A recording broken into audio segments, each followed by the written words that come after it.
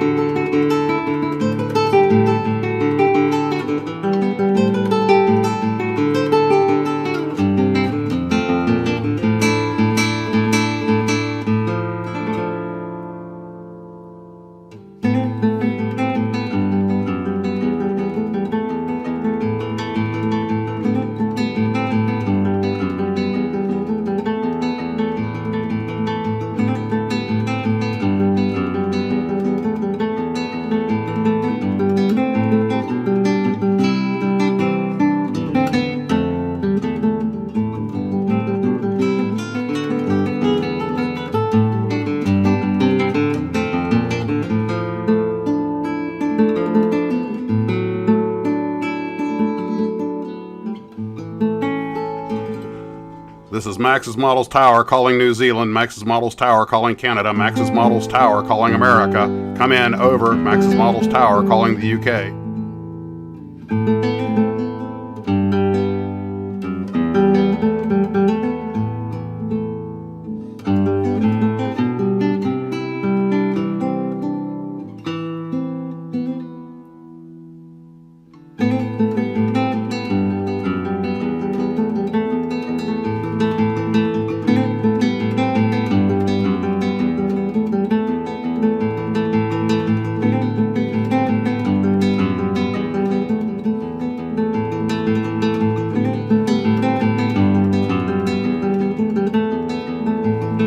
This is a cover of Mason Williams' Classical Gas. For copyright issues, I had to use a cover. So it's a cover of Mason Williams' Classical Gas.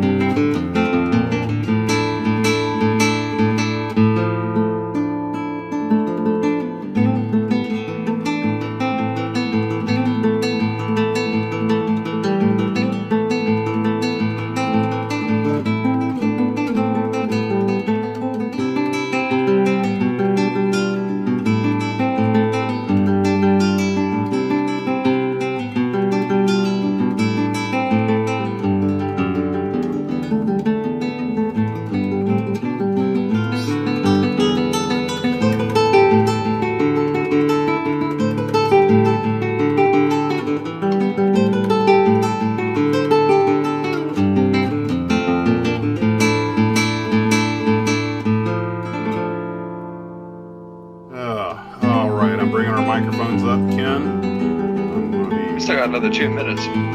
Just so you know, the mics are hot.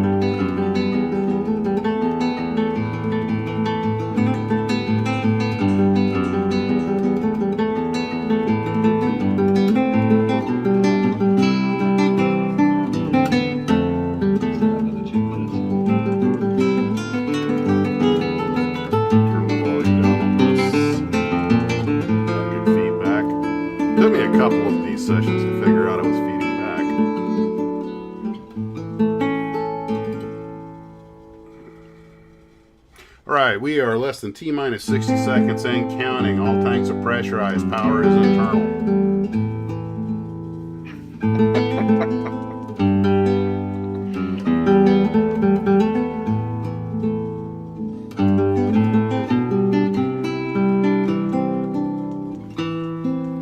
Busy news day today, huh? Yeah, we got a lot going on.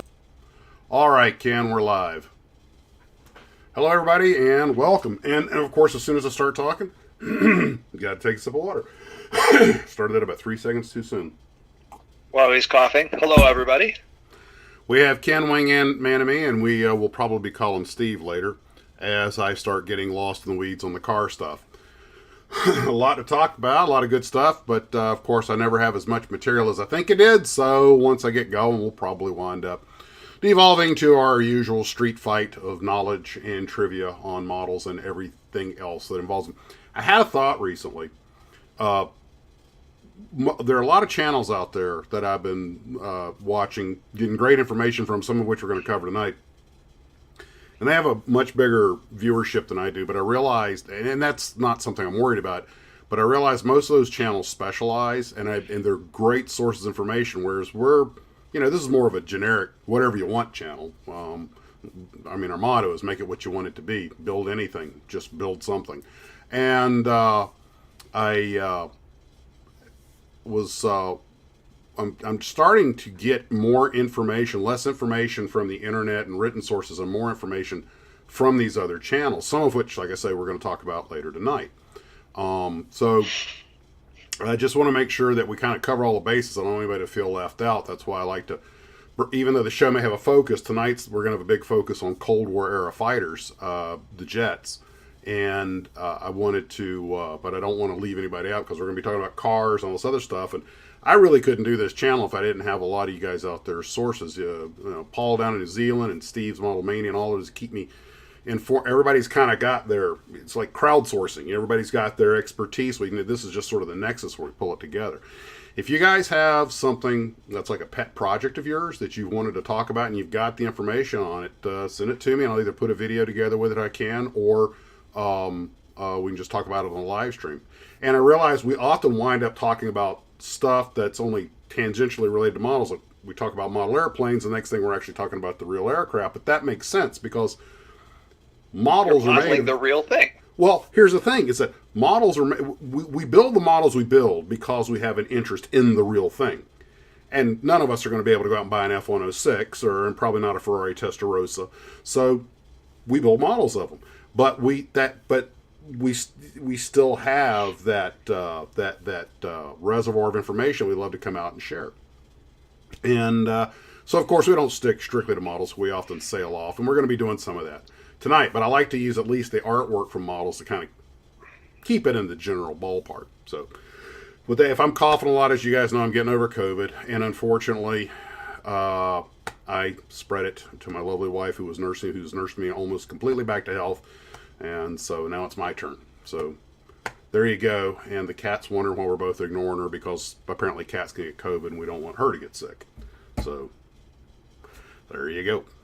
So to start off with, I want to thank Mr. Markle for sending me a book by Bruce Gordon. And let me find my picture on it. Here we go. This is kind of sort of be our intro into the Century Series stuff. And I thought I had all these pictures arranged, and of course, you got to be kidding me. Century Series, Humbrol, Small Run. Yeah, I agree with Paul Adams. Having the wide range of different subjects that we talk about does make things interesting for a wide range of people. Okay, we're going to be talking about these. Now I'm a little, you know what, Ken? I swear to God, some of these pictures just disappear on me. Hold on, I've got it. I'm just gonna go run and I get everything all lined up in advance, and then when I come, where did it go? And right where you left it. No, I must have deleted it from some reason. Here we go. Here it is. Spirit of the Attack. Okay. This heroic-looking fellow, I know some of you have already seen. I did get an email from him today. I invited him to come join the live stream if he can. I know he has commitments. But I watched one of his videos where he also has a Facebook page. And Bruce, if you are out there, please leave a comment. And if I say anything wrong, don't hesitate to correct me. But this book is essentially more or less, it's kind of it's highlights of his career, stories and stuff like that. He flew F-100s in Vietnam. He flew F-102s, F-106s, T-33s. I mean, he pretty much flew most of the Century series. And his YouTube channel is full of great stories. And then one thing I found interesting is I'm originally from the Panhandle of Florida, a little town called Quincy, about 20 miles west of Tallahassee. Well, he did a lot of his training at Graham Aviation in Marianna, which is only an hour down the road. I actually know a guy who was an instructor at Graham. And I think it used to be Graham Air Force Base. But he... hey, Max, Bruce Gordon's saying he doesn't know how to go live audio. Bruce, there you are. Yes, he's on. Great, wonderful. Well, Bruce, you just, unfortunately, I don't have a live audio hookup. What I could do, if you want to do this another time, is right now, Ken is essentially on my telephone. And that's why, and I've got the phone by the microphone. We're very sophisticated here. But high tech, dude. But if you want at some point, I can give you a call during the live stream and we can talk that way. But most of the folks, I'm sure you guys already picked up, Bruce is here. And I love this photograph. I think this is just like the perfect Air Force hero photo. And he's on my favorite airplane, the F-106. Hey, Max, can you use Monica's phone? She's in, no. Okay. As far as we're going with that. But anyway, the reason I think you guys will really, really enjoy this book, it's a little over 100 pages long. Most of the stories are Bruce's. And he's got a lot of great photographs in there. Now, I had thought about relating a few of the stories, but that would take away from reading the book. Who wants spoilers? Now, some of the stories he does, I have seen on his channel. But you guys have all heard me talk in the past about how much we lament the loss of the Canadian CF-105 Arrow, and everybody always compares it to the F-106. You also know that I'm working on a documentary on the CF-105. I've got all these books that were sent to me. I'm about halfway through them. It's going to take me about a year to put that together. But a lot of people, frequently, probably more than anything else, I get comparisons between the CF-105 and the F-106. And a lot of people talk about, well, the F-106 flew just a year or two later. And I'm like, there's a lot of reasons why the F-106 did not meet the Royal Canadian Air Force standard. The main thing was it was single engine. The Canadians insisted on multi-engine aircraft because they were going to be flying almost exclusively out over the Great White North. And Bruce, in his book, he even gets into, because he did a lot of flying out of Alaska. He was chasing Russian bombers away all over Alaska. And he even gets to the point that if you lose a motor out there, you've got some real problems. You're going to get wet. Well, even if you're over land, the survival issues. And he actually talks about that. And as well trained as they were for it, but the Canadians were like, yeah, we're demanding a multi-engine aircraft. But when I get into the documentary, I will do some comparisons between the 106 and the CF-105, or what the CF-105 would have been. But a lot of folks talk about how it came out only a year or two later, but Bruce points out in his book, and I had read this from other sources, that when the 106 came out, it became a fantastic airplane. Absolutely, without a doubt, my favorite series Century jet. Probably my favorite jet, period. But also, it took several years to get the bugs worked out of the airplane. You know the old saying, you never fly the A model of anything. And Bruce flew the A model of a lot of stuff and has the stories to go with it. I really enjoyed the book immensely. And one thing I liked about it, and as I mentioned earlier, Bruce, as a child, was, and he'll talk about this in the book, he was actually at Pearl Harbor during the attack. This book is a must-read for any Cold War era buff. He's also got stories from other people, some of which are in World War II and Korea, and they're all fascinating. And even the somewhat more mundane stories, I think, believe it or not, one of my favorite stories, and I'm not going to give it away, it involves two things, and you got to read the book: wheel chocks and gas tanks. And when I read that, the first thing I did was scratch my head till I read the whole story. I was like, that is so unbelievable that it's believable. And knowing some people that have worked in aircraft manufacturing in the past and rebuilds and stuff, I can't even say I was shocked about it. And makes me wonder how many airplanes I'm flying that have tools rattling around loose in the airframe somewhere. But you should put your picture back up there, Max, so we can see you. Oh yeah, Kim, because seeing me is what makes everybody happy. Well, it's nice to put the face with the voice, remember? Oops, sorry. Okay, hold on. I got it. Relax. Everything is under control. Of course. Down here at Mission Control. Until it's not. But now, most of you guys know I'd always wanted to be a fighter pilot. Grew up building model airplanes, wound up in the infantry. I went my own path, but these guys are like heroes, still are like heroes to me, especially the Cold War guys, because I served during the Cold War, and I realized that these aircraft they were flying were pushing the cutting edge of tube technology and early solid state technology. And when you're a little kid and you see these things, you think it's magic. And then you read the stories later on, you realize these machines were not quite as capable as you thought they were. They had a lot of problems. It took a lot of pilot input. Now the technology's gotten so advanced that we're flying airliners, or they even tell you in training that the pilot's more of a systems manager. And it's what? Jack says he's happy you're not wearing a red shirt. Yeah, in honor of our subject today, I wore the Starfires T-shirt, and although everybody told me that all the Starfire was kind of a disappointment, but one thing you pointed out, I did not realize until I read it, and it made sense, and it may just never click, that the Interceptor models of the F-86 that had the Sabre dog nose on them only had rockets; they didn't have guns on them, and so because they were made to go up and shoot down bombers. And you guys are probably familiar with the famous incident of the runaway Hellcat drone plane in California, I guess back in the 50s. And they sent a bunch of jets around. They couldn't shoot it down and finally ran out of gas and crashed. But that got me thinking about the Century Series airplanes. And Hey, Max. What? I got a question. You might want to interject here in a second. Yeah. You were just talking about how you always wanted to be a pilot, right? Uh-huh. A fighter pilot. I had similar dreams, almost aspirations as well. It just kind of struck me. I wonder how many other people that are out there listening had those same thoughts. Well, guys, if you ever want to be a fighter pilot, or especially when you're a kid, you can make a note. But a lot of folks, I've noticed a lot of folks don't like to admit it. They wanted to do it, but they don't. The screening process to be a fighter pilot has always been tough. And as you know, my eyesight wasn't gonna get through. So, which is why I wound up finishing my stint in the Army and the infantry instead of flying helicopters. But, it's life. You get out and get your own ratings. One thing I will remind folks, though, is as much of a, quote-unquote glamour job as being a fighter pilot is, it's also extremely dangerous.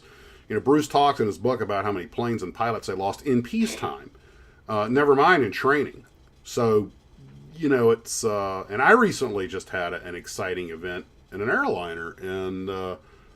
can't go into detail about it, but basically things got a little bit tighter than I like them. And everything worked out fine, but definite happy grams getting sent back and forth.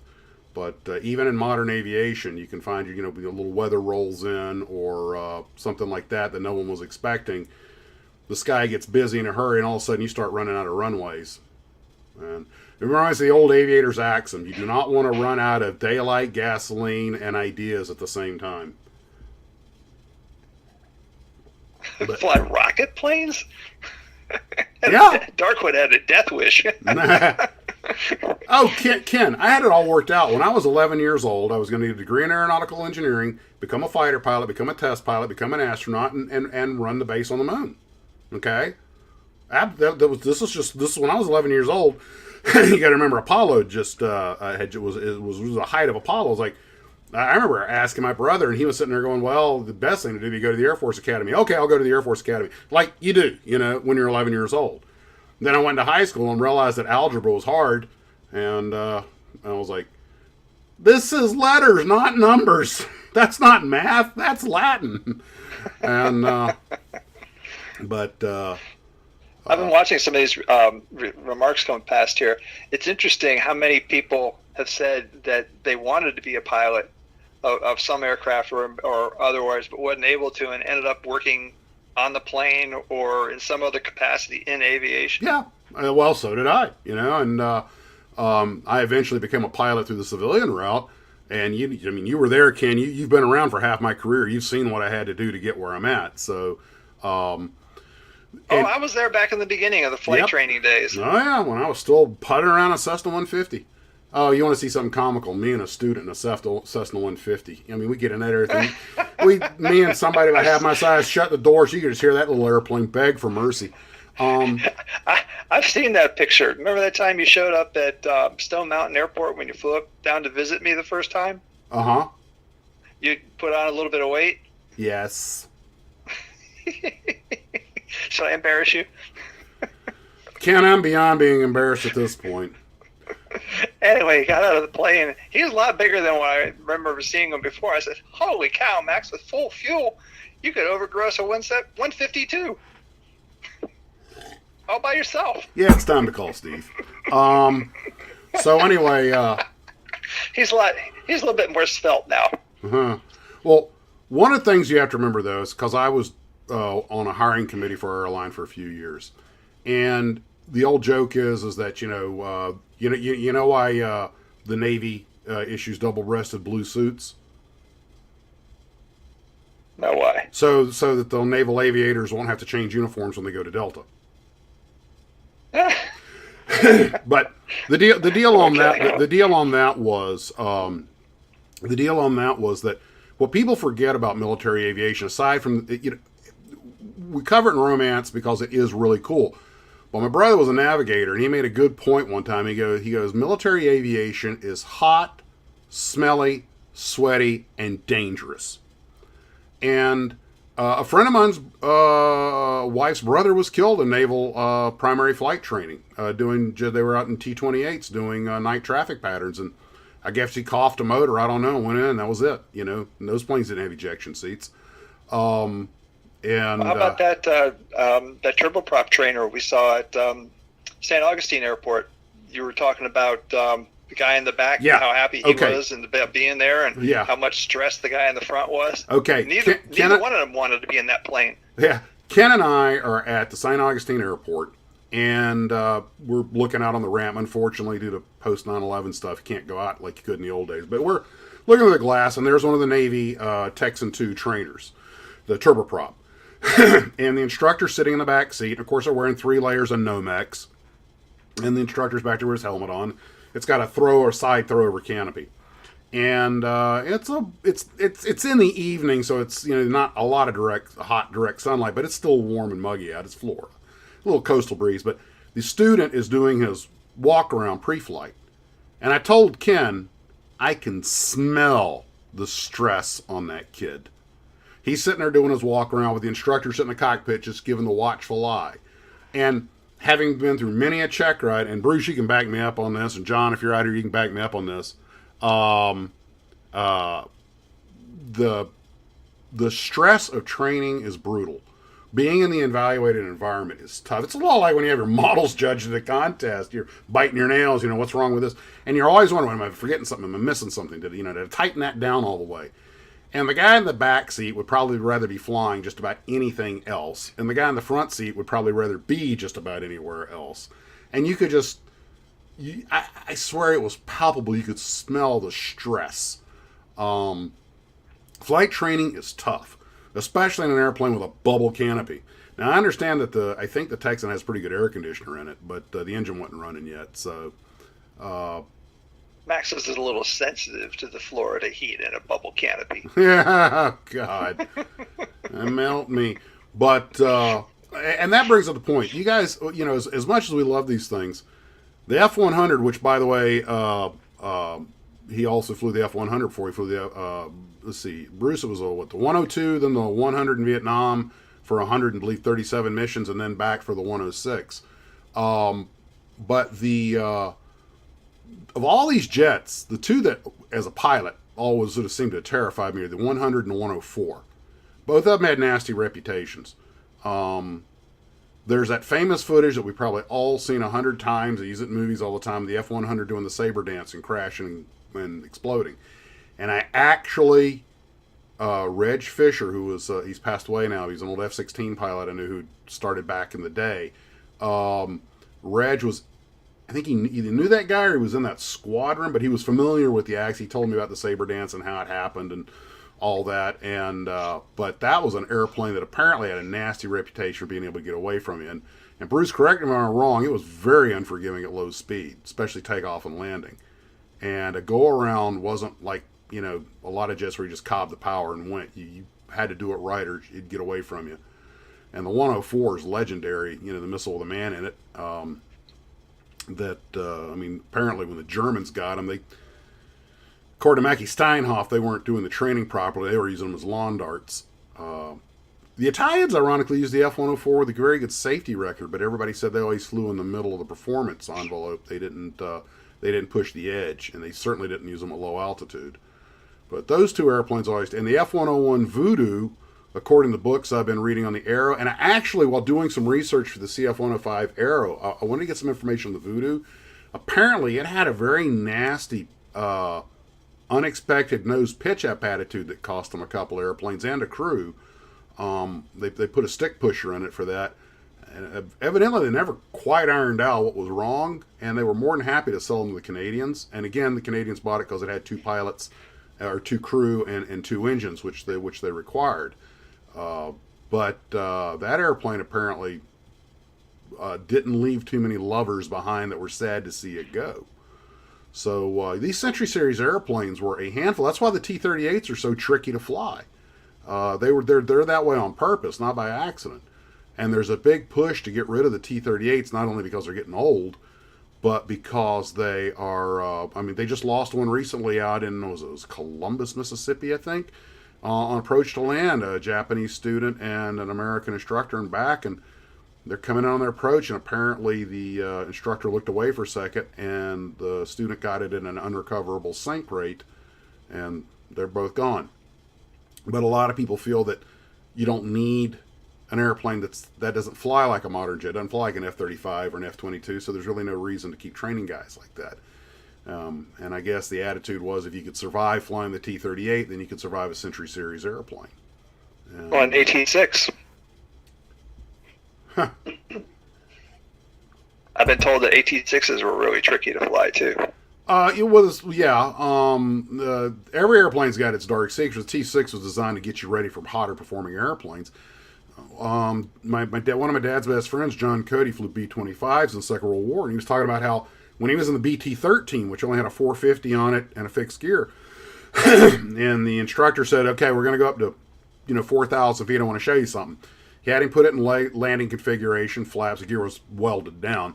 And he goes, okay, they're at landing speed, landing approach, and then he goes, now cob the power to it. He rammed the throttle forward, that engine barked to life, and the airplane went right on its back. And of course, they recovered because they were up at 3,500 feet or whatever. He goes, now what do you think would happen if you did that in the traffic pattern? He goes, one demonstration was worth 1,000 don't do thises, So if you had to go around attention, I'm sure. Yeah, so if you had to go around a BT-13, you ease that power in. You didn't just slap. Because radials, I've flown radials, they tend to kind of catch all at one time. Boom, boom, and off you're going. But I've actually heard I had a college teacher that flew the 102 and the 106, and he said they were actually good flying airplanes. And Bruce points out they had a lot of wing area on them. They were actually surprisingly good dogfighters. Eventually, I think they put the M61 Vulcan and the 106s down in the Bombay. But so people ask, if you could fly any Century Series airplane, I'll say 106 without batting an eye. And Bill Campbell just joined. Oh, hey, Bill.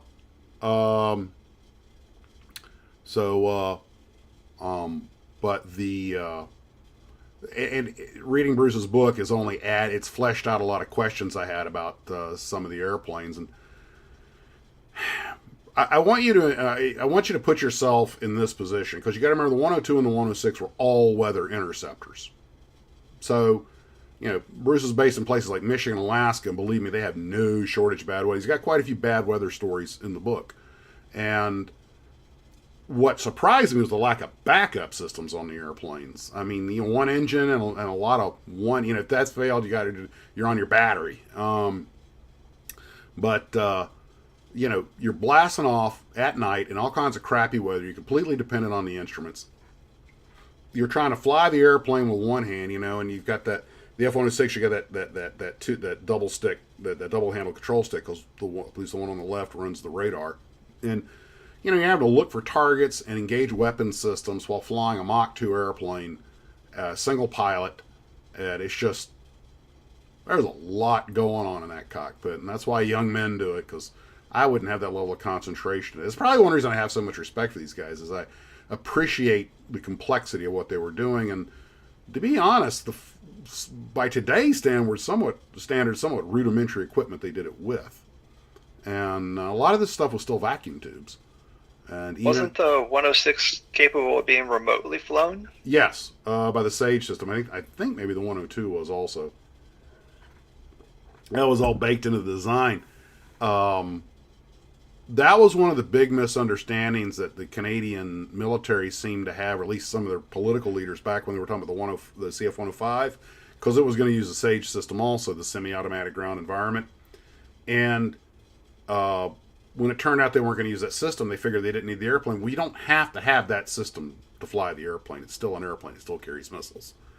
But it did give a lot of command and control. And he talked about the consent switch, and the authorization, all this other stuff that you had to have. And don't forget, these are young officers sometimes flying around with nukes on the airplane. So there was some serious command and control issues. He actually has a story about that. And but you were talking about the F-111 not actually being a fighter, and it wasn't. It was a bomber, and so was the F-117. I assume there seems to be an argument in community as whether or not the F-117 is a Century Series airplane. I mean, it's got a Century Series number, but a lot of people feel that the 111 is where the line really ends. Well, it is kind of a different technology. But some folks think it's after the 106. They never had serial production of the 107, the 108, or the 109, and the 110 was renamed the Phantom, the F4. So I'll let people argue that out. It's one of those first world problems when you're having those arguments. But the F1, people forget the F-111 is an extremely fast airplane, and it was Mach 2 plus capable. Yeah, but here's that's where I was going to go. Here's the thing about these speeds when you read a book and go, this airplane you got Mach 2.3 or 2.4, something like that. The first question you have to, what? Probably clean. Yeah, the first is configuration, payload. Is this a stripped down airplane with nothing in it but the pilot? Because that's of absolutely no tactical use whatsoever, and perhaps being a pair of eyes. And I know the F-111 had a rotating bomb bay and some other stuff, but it carried a lot of its stores externally. I have no idea how fast it could go dragging bombs and fuel tanks. The F-106 carried all of its weapons internally, except it had those two drop tanks, which were pretty aerodynamic. My understanding is they could go pretty fast even with the tanks on it. But, and I think you made the comment in the book that if you punched off your drop tanks, you basically bought a Cadillac, because that's how much they cost. And you don't think about that. But they're drop tanks, but unless you're really chasing down Russian bombers carrying nukes, you better bring them back, I would imagine. But what were the drop tanks that were on P-51s? Well, that was different. They drop those things all the time. Well, not only they drop those were actually required to drop them when the enemy fighters showed up. They were not only smaller and cheaper, but we were also in the middle of a shooting war. A pair of drop tanks is a lot cheaper than a Mustang. But at one point, Ken, we were making those tanks out of pressed paper for the Thunderbolts and a couple other airplanes. Really? Oh yeah. Oh, good Lord, yes. I think a couple of live streams ago, I showed a picture of the stack of the paper drop tanks after the war. And I think it's when I did the thing on the drop tank cars. And yeah, I remember that. I didn't know they made them out of pressed paper, though. Bruce says it could do Mach 2 with drop tanks on. So now, you got to admit, that is impressive. Think about this. The CF-105 had two of the exact same engine that was in the F-106, and it was doing almost Mach 2 in a climb, on like its second or third flight. And that wasn't even with the Iroquois engine, which was supposed to be substantially more powerful. The F-106 was just an amazing machine. At one point, I think it was supposed to be a F-102B or C or something, but they made so many changes. That's a whole new animal. And the guys at Convair, you got to give them props. But one thing about these Century Series aircraft, with the exception of the Phantom, I would say, for the most part, and I'm not speaking in absolutes here at all, most of them were kind of single mission airplanes. The F1, well, that's not they were fighter bombers. But today, everything is multi-role. The F-106 and the F-102 were pure interceptors. I think the F-101 was intended that way, although they came up with a reconnaissance version of it. The F-106 supposed to be an interceptor. The F-100 more of a multi-purpose airplane. The F-111 was a bomber. The F-4 was probably as closest to a true multi-role airplane as we think of them today. The F-117 strictly a bomber. The F-108 Rapier, if it had ever been made, and the 103 would have been pure interceptors. And Air Force, I think it was in the 70s that they said they didn't want any more single-purpose airplanes. That's one of the reasons that a lot of the airport brass want to get rid of the A-10. I can't count the number of guys in the fighter community I know that have told me that the Air Force wants to get rid of the A-10 primarily because it's a low, slow, single-purpose airplane. And that does the job really well. And having been in the Army, now I got to tell you an Army story. I'm in the infantry, and I went in 79 and got out. I enlisted in 78, went active in 79, and got out in 83. And I served in the 101st Airborne Division, although I know that's hard to believe to look at me now.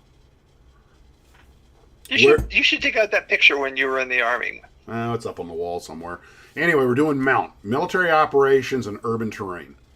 And we've taken the town. Well, this is part of a bigger exercise, and the Air Force is using the town basically, and us, because we were OP4 opposing forces. They're basically using us to do gun runs on. And I look up, and I see an F4 Phantom barreling down on us. And you're looking at that big black radome and you know that he'd be sparkling a 20 millimeter cannon and punching off all kinds of hurt. Now, this airplane was clean. But I have to tell you, even though I knew that it was just a dry gun run, it was an extremely intimidating thing to see the amount of firepower that a single fighter bomber can bring on a target. And I'm like, yeah, we could all shoot back at him with our little 223 caliber rifles, and who knows, I may even chip the paint. And there have been jets brought down by small arms fire, to be sure. But that is about the most lopsided thing I could imagine, And I guarantee you, if he was squeezing that 20 millimeter cannon, or he was about to drop bombs, nobody would have been shooting back at him. Everybody would have been running for the nearest hole in the ground. But Darkwood said the A-10 doesn't fit the Joint Task Force needs. I do not think that means what they think that means. I don't know.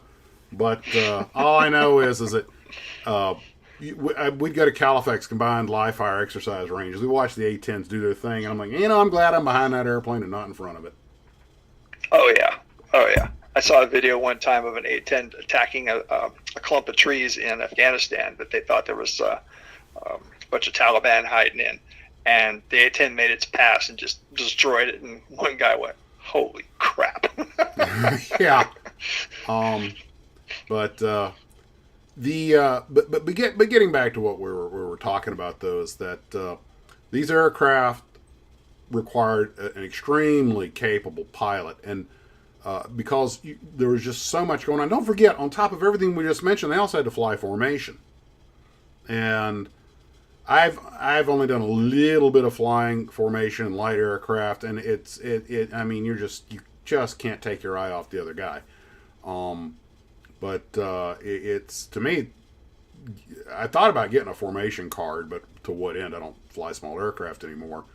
But just everything these guys did, and these things just guzzled gas.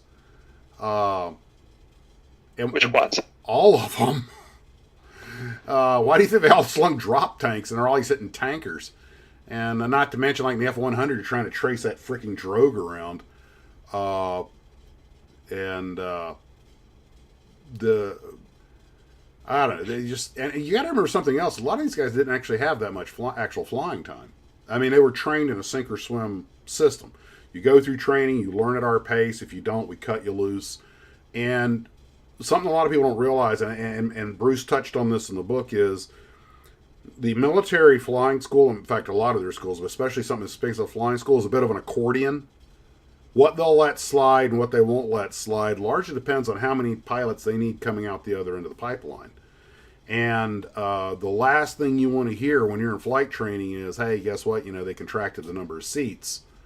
And you can have one class go through and X number of guys, I don't know, say 30 guys graduate, and you can be the number one guy, and normally the number one guy gets his pick, but you're going to go to where the need is at. If they're fully staffed on fighters, then you're probably not going to get a fighter. And I know a lot of guys that went through flight school, they wanted to fly transports. Some of them wanted to fly in the airlines later on. Some of them had no interest in fighters. But people forget that you're an officer in the military. You're there at the needs of the service. And if they need a lot of pilots and you're a marginal case, they might help you out a little bit and you get through and you get your wings. The class right behind you, there may be a guy who is sharper than you, but still needs a little help. But they contract it, and then they raise the standard of bar, and he gets cut. And I've known a couple of guys, some were backseaters that had washed out of flight school, and some were in other parts of the Air Force. They'd gone to flight school, and for whatever reason, they didn't get through. I don't know what the washout rate is. I'm going to guess 50-ish%. There's, there's so many factors involved. Just dumb luck. Do you have an airplane that craps out on you and, sends you skidding down a runway? Do you get in at a time where your skill set matches the operational tempo and what's available when you get out? It's like I had a friend of mine. That I worked with in Texas, and he went to Air Force flight school. Apparently, they had too many pilots in the class, and they during break they had something where they said, "Okay, y'all need to get back here because of some requirement. You got to sign something or something," and not everybody could, and the ones that couldn't, they got cut. Ow. Yeah, I've heard stories like that. I'll tell you something else. One of the advantages of coming up through civilian route is, as long as you got the money to keep paying for lessons, if you're stuck, the instructor will just keep training you. There's one. Well, I was saying, I was on the hiring committee. Military aviators, I cannot think of a single military aviator that we did not hire or offer a job to. And the reason was simple. We knew that they'd gotten selected, gotten through UPT, undergraduate pilot training, gotten through FAR lead-in or tanker transport bomber training, gone out to a squadron, flown for 8 years. We didn't care if they only had 1,600 or 1,700 hours or 800 hours, when everybody's wanting, but you got to have 10,000 hours to get hired in an airline. Yeah, if you've been out hauling checks in an Aztec or something. But these guys had been through a completely different, through a genuine meat grinder. And they came out, and I'll be honest with you, it's got to be every bit as tough as medical school, at least the first year of gross anatomy. And in medical school, you're not moving in 3 dimensions while you're having to think. I've known pilots who are already fully qualified pilots with an ATP, or known of, I should say, I didn't know the person personally, who went into military flight training and did not finish because they could not unbreak the civilian way of flying. The Air Force has its own way. The Navy has its own way. Actually, no, an Air Force pilot, apparently they switch them around from time to time. A naval aviator will go through Air Force UPT. An Air Force guy will go through Navy flight training. And one of my first officers, I think he's a captain now, he'd actually, even though he was a career Air Force pilot, he had actually initially gone through UPT in the Navy. And he found it a much less stressful environment than the Air Force. He found the Air Force to be much tighter about things, and but that doesn't shock me because the Air Force flying is primary, the Navy flying is kind of secondary. To them, ships and subs are primary. And if you've seen the Maverick movie, I love that comment he makes. He said when he's in the sailboat, he's like, "You've been in the Navy 40 years, you don't know how to sail? I don't drive ships, I just land on them." I missed that one. Yeah, there's just one reason of many that he's not an admiral, but. But also the military, especially the Air Force, is particularly well known for kind of punishing pilots who stay in the cockpit. They seem to never get past lieutenant colonel, and some of them never get past major because they'd rather fly. Whereas some services have limited duty officers who know they'll never get past major, but they're experts who stay in the cockpit for their whole career, where their skill set is of value. And the Air Force, though, their attitude is, well, if you want to move up the ladder, you've got to go to all these staff schools and take administrative jobs, because the Air Force is a big organization and it needs colonels and generals. It needs administrators. And, I'm sure that some guys, are happy to get out of the cockpit. To them, it's just a step towards promotion. And other guys, I'm sure, they drag them out kicking and screaming.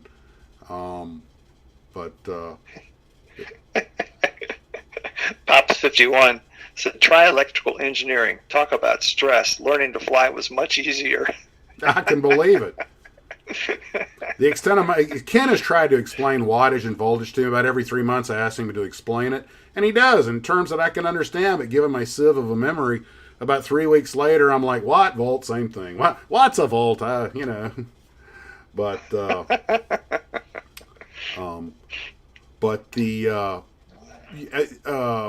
one thing I was going to get at, though, is that of all these jets, one of them that's got one of the secret hidden bugaboos, and John, I think you can chime in on this if you want, is the F-111 because of the swing wing. And Bruce brings this up in his book. Every one of us has probably hung a model airplane from a single string, get that balance point, the center of gravity, where the model will hang with a single string. We all understand CG, center of gravity.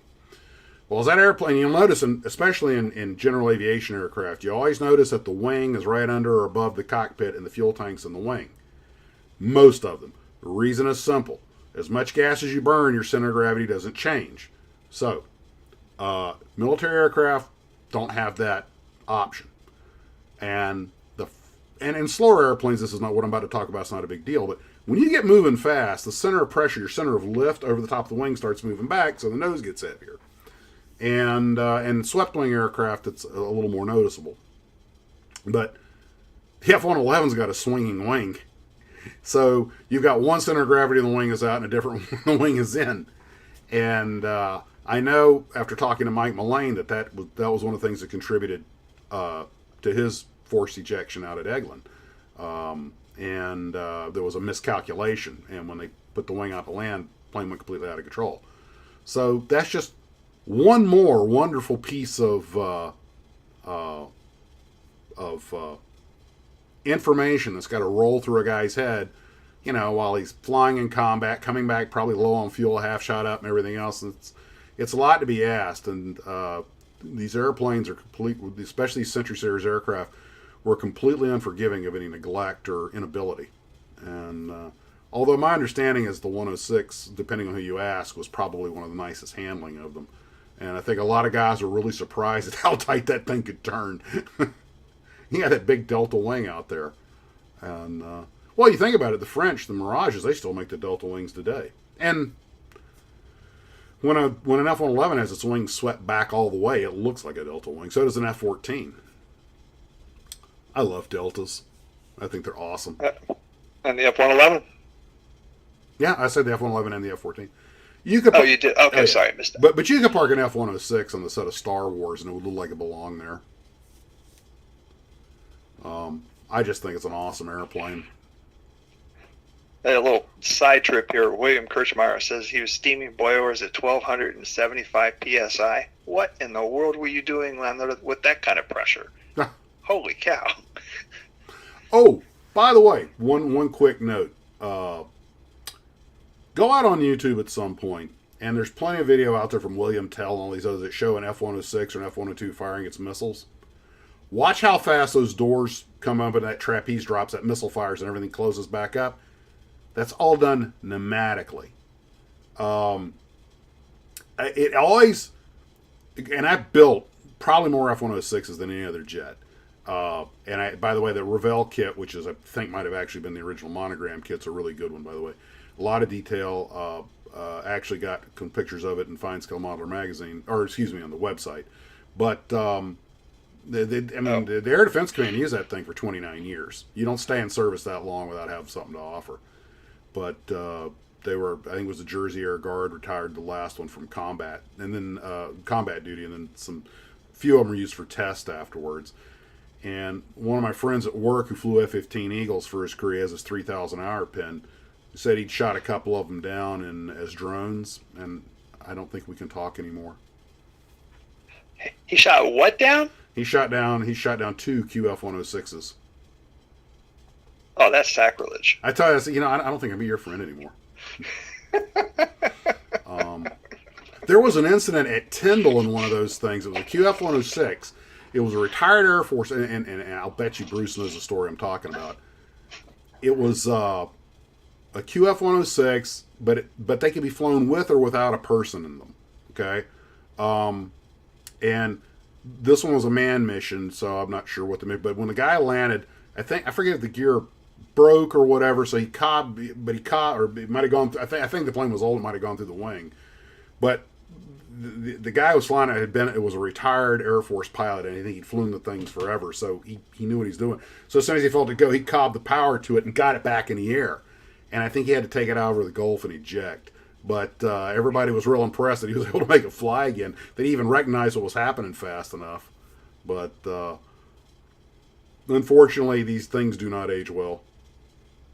You realize of all these airplanes, there's one F-100 flying, a handful of F-104s, and I think Collins has a Phantom, and a few countries may still fly the Phantoms. The 117s are all in storage. They could fly again, but that's pretty much it. It's not like owning a Mustang or something. No one can afford to restore and fly one of these things. Plus, they're still viable combat platforms today. I'm not sure the government would let you have one. But,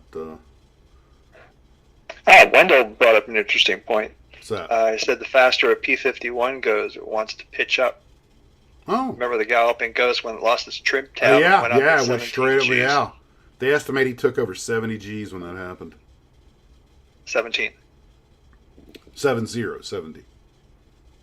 Oh. I don't know. It's been a while since I read that article.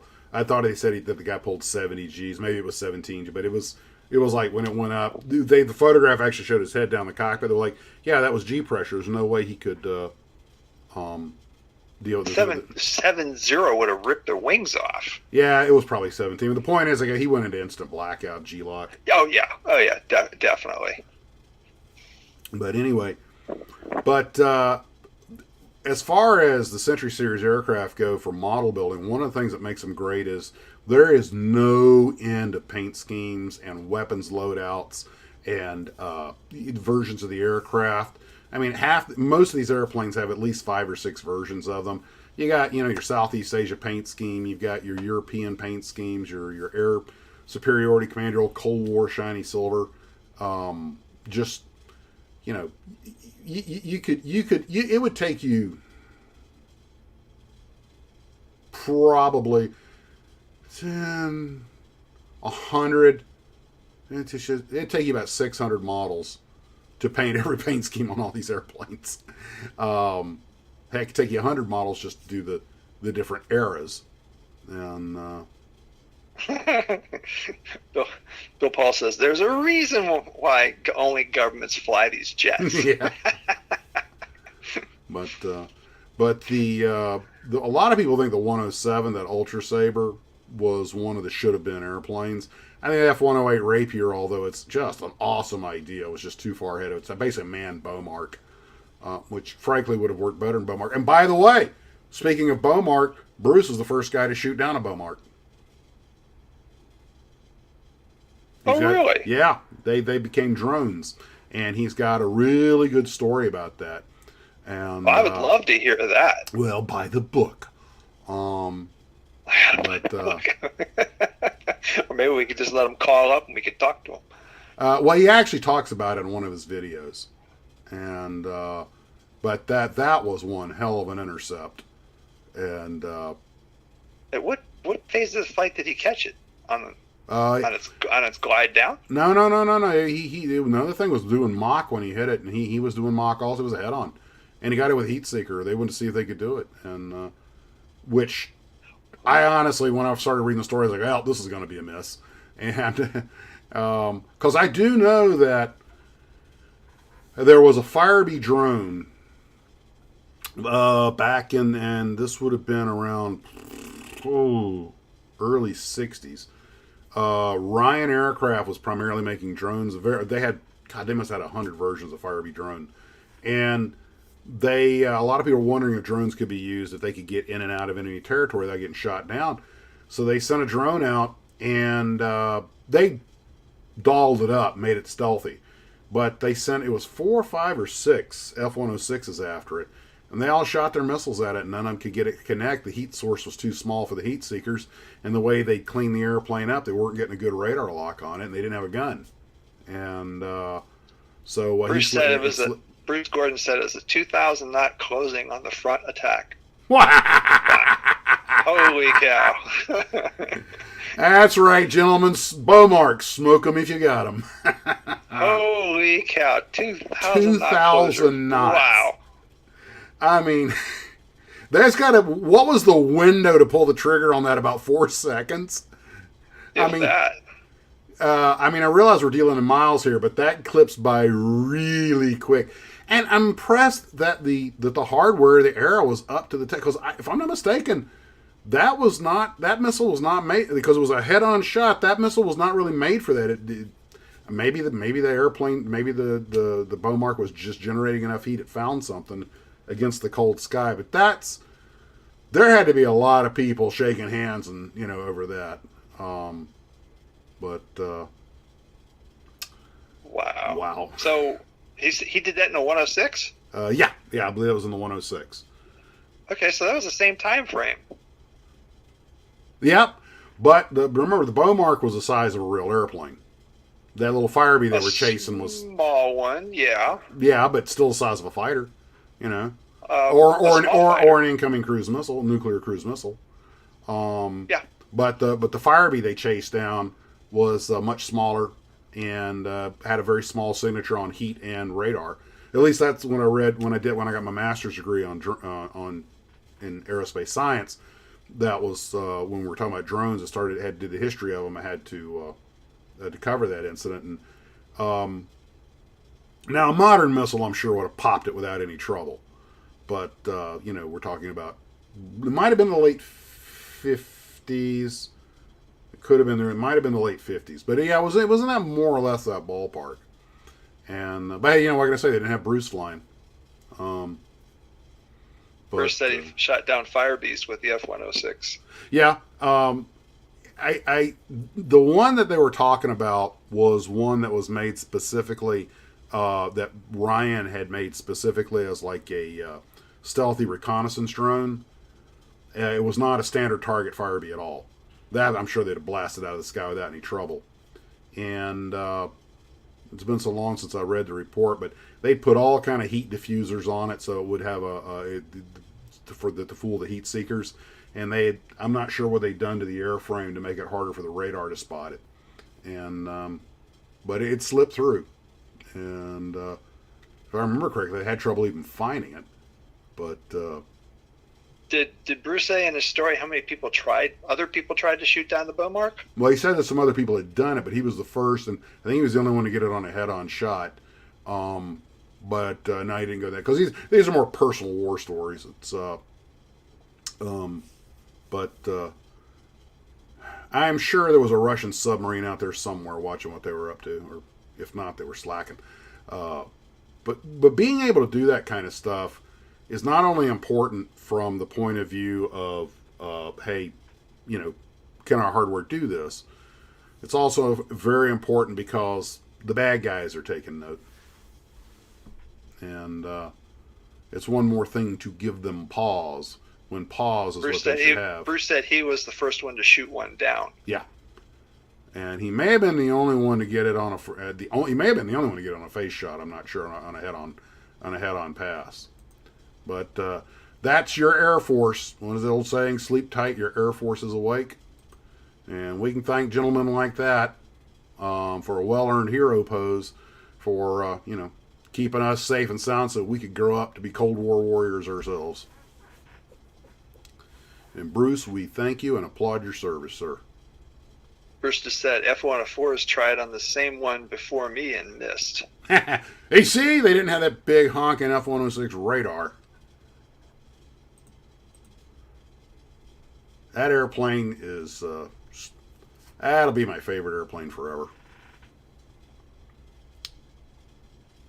Yeah, I had fond memories of a model of a 106 that I had when I was in junior high school, I think. Yeah, great. Now I'm gonna go get I'm gonna get one of the 106s off the shelf and build it now. It's about as close to flying one as I'm ever gonna get. There is one thing about that airplane that terrified me, and he talks about it in his book. Until they got the ejection seat system worked out, that was a real weak point. And they also, the early F-106s were very trouble plagued, as the A model tends to be. And but the ejection seat situation to me is just terrifying because you figure, well, if nothing else, I can bail out. Yeah, well, maybe not. Well, on other news, and Bruce, I want to thank you for joining us. I hope you enjoyed it, and I hope you stay around. But the rest of this will be about kit model stuff. I don't know if you'll find that very interesting or not. But although we have a way of looping back. Oh, you never know where our conversation is going to go. Okay, this gentleman, I believe his name is Jamie. This is a screen grab. I've been getting a lot of questions about if any Humbrol paints are gone. And they are not. This is a screen grab from a tour of the Airfix factory that, and I forget who put it up. I saw a couple of them. Apparently, Airfix Hornby had like an open house, let everybody in. And this gentleman was saying that what happened with the Humbrol enamels was this stuff, Mico, was deemed a carcinogen, had to be taken out. They used 0.01% in their paint to keep it from developing a skin. They have taken it out. They will be making a new enamel without it. But there's going to be a lag. However, they are still making acrylics. In fact, they're fielding the new acrylics that come in the little eyedropper squeeze bottle. So, good news, Humbrol's still around, and it's going to keep making paint. I know a lot of you, I have never used that stuff, and nobody around here sells it. I need to order some of that. I do know that Gundam USA in Daytona carries Mr. Color. They might have Humbrol. Next time, whenever I get back to work, I should swing by there and pick up some Mr. Color. I've heard good things, and some Humbrol. But I know a lot of you guys are big Humbrol. I have never used Vallejo paints either, and I've heard really good things about them. And there's one of them, is it Vallejo, the one that goes straight into the air gun? You don't have to thin it out. But I wanted to make sure I covered that. And speaking of covering things, I found a couple of companies today I'd never heard of before. And don't even ask me about that Victory 357 Hawk. I am sure that's just something somebody dreamed up in a fever dream. But anyway, there is AMP, BPK, and Wingsy kits, and Mir. And apparently BPK stands for Big Plastic Kit. I went to their website, and they don't make a lot of models. They make a lot of parts. And knowing what it takes to get a model in production, I'm kind of impressed. AMP actually makes a few kits, but I've never built any of these. I couldn't get really any information on them except that they're all around, and some of them I guess are fairly new. But Ken, you're being asked if you're reading the comments. Yeah, I saw that. I wasn't going to interrupt. I was just going to say yes. Well, you can always type a response also. But I didn't know if anybody knew anything about these kits.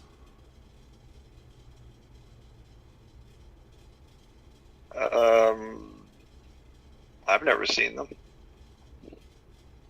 Yeah, what's that thing in the upper left? Oh, it's a left? big plane kit. I had Ken. That's what I'm talking about. That's got to be somebody's fever dream. Spewing out a lot of smoke. Well, that's probably from the unshielded radioactive engine it's got. I mean, it's Russian. Or maybe it's burning coal. Look at that scoop up front.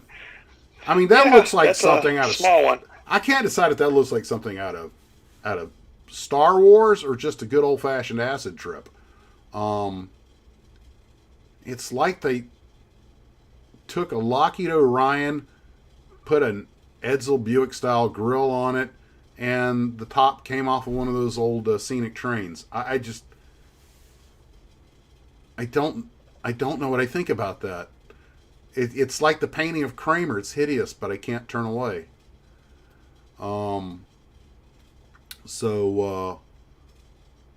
Anyway. It is a weird looking thing. It's big plane. Oh, it says big plane. Oh, it says right there on the box. God, Max. Big plane kits, not big plastic kits. And, I don't know, 172nd scale CRJ 900? That ain't so big. Jack Fleming says it's a flying Edsel. That was the first thing that popped into my mind. I didn't know Edsel made an airplane. He forgot the wings. Darn, that thing looks familiar. Oh, my Lord. You know, I can't stop looking. I might have to get one.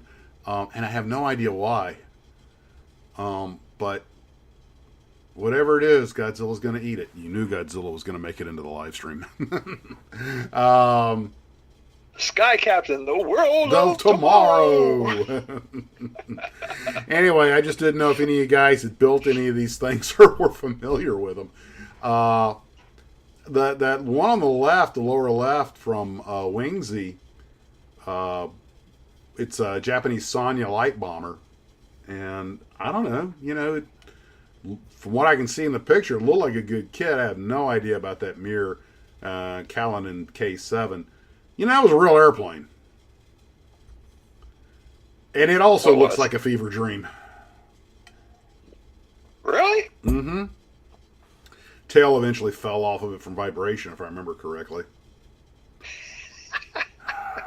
Lord. That's a fitting end. That has taken heel spats to a whole new dimension. But, hey, you know what?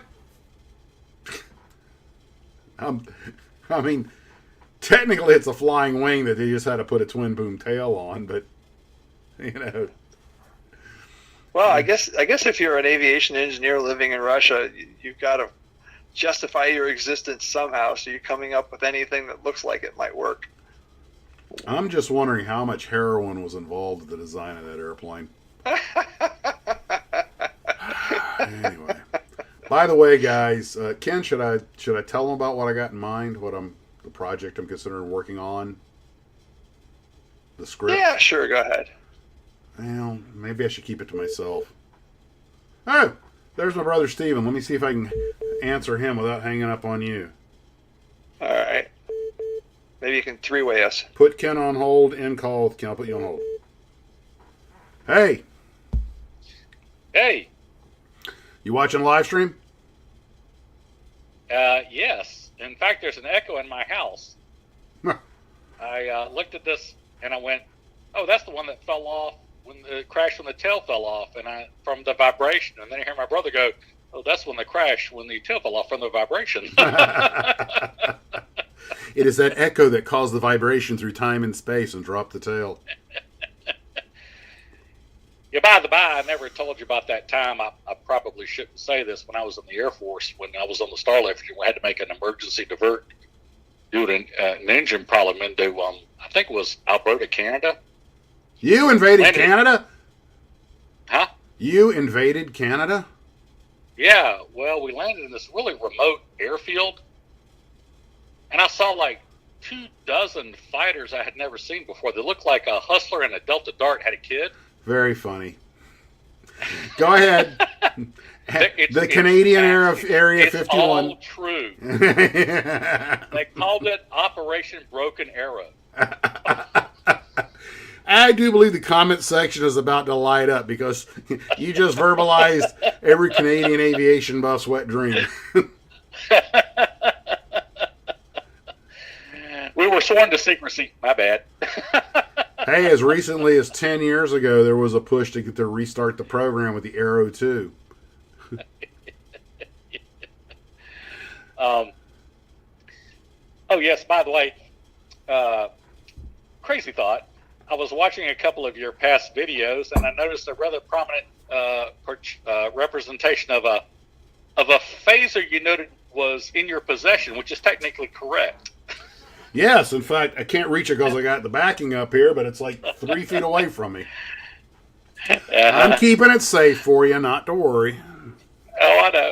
Just a little note as to the proper ownership would be appreciated. I had to quit dusting it off. It went off accidentally last time. Stunned the cat. And don't forget to rub it against your chin and say, "I said dig." I said dig. The greatest line, Shatner's greatest line, greatest acting. How he never won an Emmy? Isn't that crazy? Both will kill. Are you as brave with a Mortai as you are with a... Oh my God, our Yeah, really. our nerdiness shines through. Yeah. Well, that Equanoplan on the upper left, I think that is what they call steampunk. Well, judging by the amount of coal smoke coming out of the back, I'd say it's coal punk. I'm thinking Reavers. Reavers, Mal. Reavers. What do you think? Oh, so that's what a trans U looks like when it's running without shielding. There are a couple of people watching this right now going, "Oh my God." There's two of them. I'm waiting for them to start typing the other lines in down here. Yeah, it's worse than we thought, Fredo. Is this CRJ 900? Is that a real airplane? Yeah, the 900. Yeah, God, I see them all the time. Eagle Plus, a bunch of them. Okay.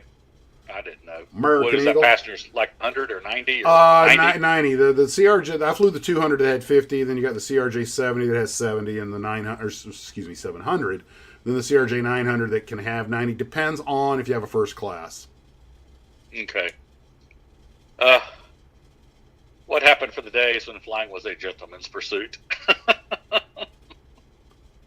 Well, the thing I was talking about was I'm considering writing a. I've already written, but I've got the name secured. I'm considering writing a pilot for a sitcom called Model Citizens, which would take place in a model shop, sort of like Cheers or Last Man Standing, Right. but it would take place in a hobby shop, and it'd be called Model Citizens. Mm-hmm. And it'd just be a bunch of... It would be a little bit like the Big Bang... Think of the Big Bang Theory comic book store.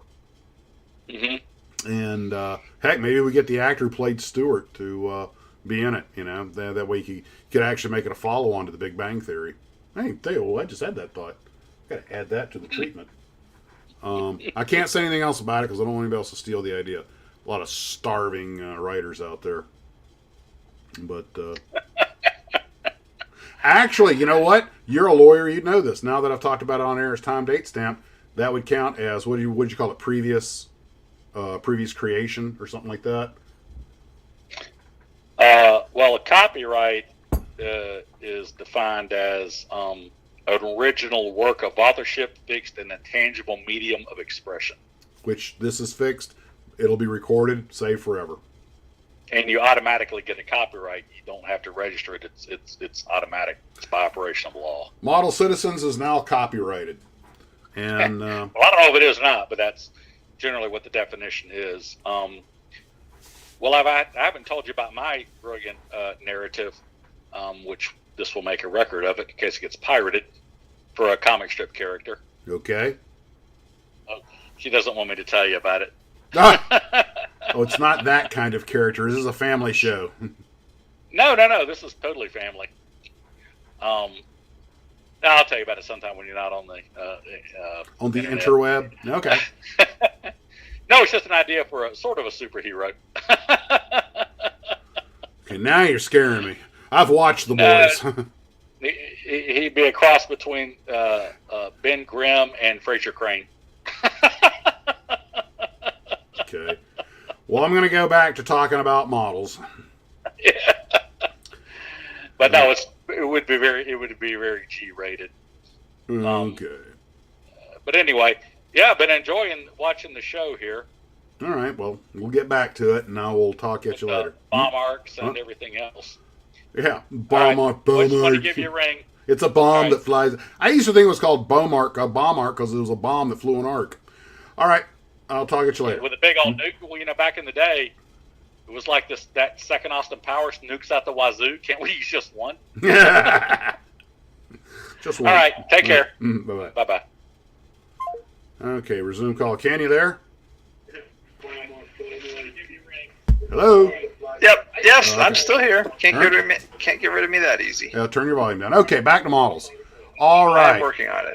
So, as a lot of you guys are aware, Atlantis is popping out a bunch of new stuff. And yes, the Hot Fuzz is supposed to come later this year, according to what I saw on, it might have been Throttle Power's video when he saw Rick.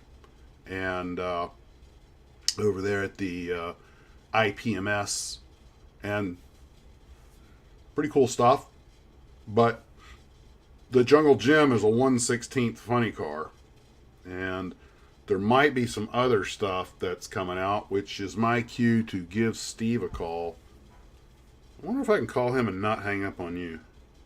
Yeah, you can do a three-way. Technology. Three-way phone call. Yeah, there's a way to do that. And it's not hard. Even you can figure it out. Start RTT? No. Okay, what do I do? You're asking me? I don't know. You know what? Let me just call him and see what happens. Yeah, do that. And then a message will pop up, say, hey, do you want to put me on hold or do you want to hang up? Okay. And then after you get them on the line, you'll click on the phone thing again, and it'll say join conversation, and all three of us will be talking. Let's see if he's available.